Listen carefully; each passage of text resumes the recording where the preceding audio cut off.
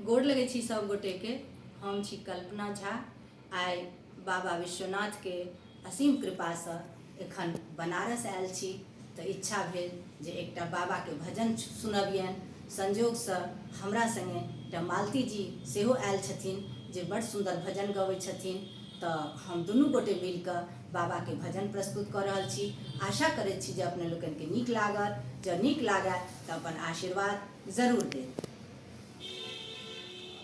बाबा विश्वनाथ हम आयल छी भिखरिया,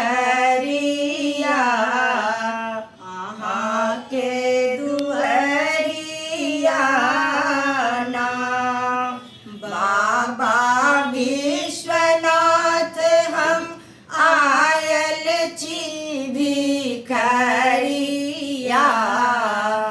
आहाँ के दुआरिया ना। एलौं बड़ बड़ आस लगाय, बाबा होइयौ ने सहाय।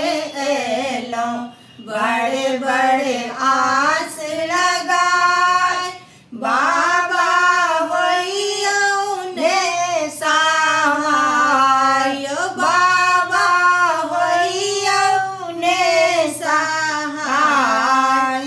एक बेर गरीब पर मैं फेरियो नजरिया, आहाँ के दुआरिया ना। बाबा विश्वनाथ हम आयल छी भिखरिया, आहाँ के दुआरिया ना। हम गंगा जल भरी भरी लायब, बाबा विश्वनाथ के चढ़ायब। बाबा विश्वनाथ के चढ़ायब। हम गंगा जल भरी भरी लायब, बाबा विश्वनाथ के चढ़ायब। बाबा विश्वनाथ के चढ़ायब।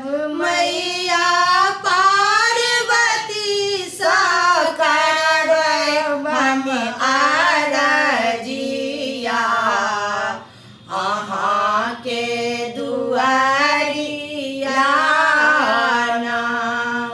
बाबा विश्वनाथ हम आयल छी भिखरिया, आहाँ के दुआरिया ना। कार्तिक गणपति गोद खेलायब, कोरा कन्हा पर बैसायब। कार्तिक गणपति गोद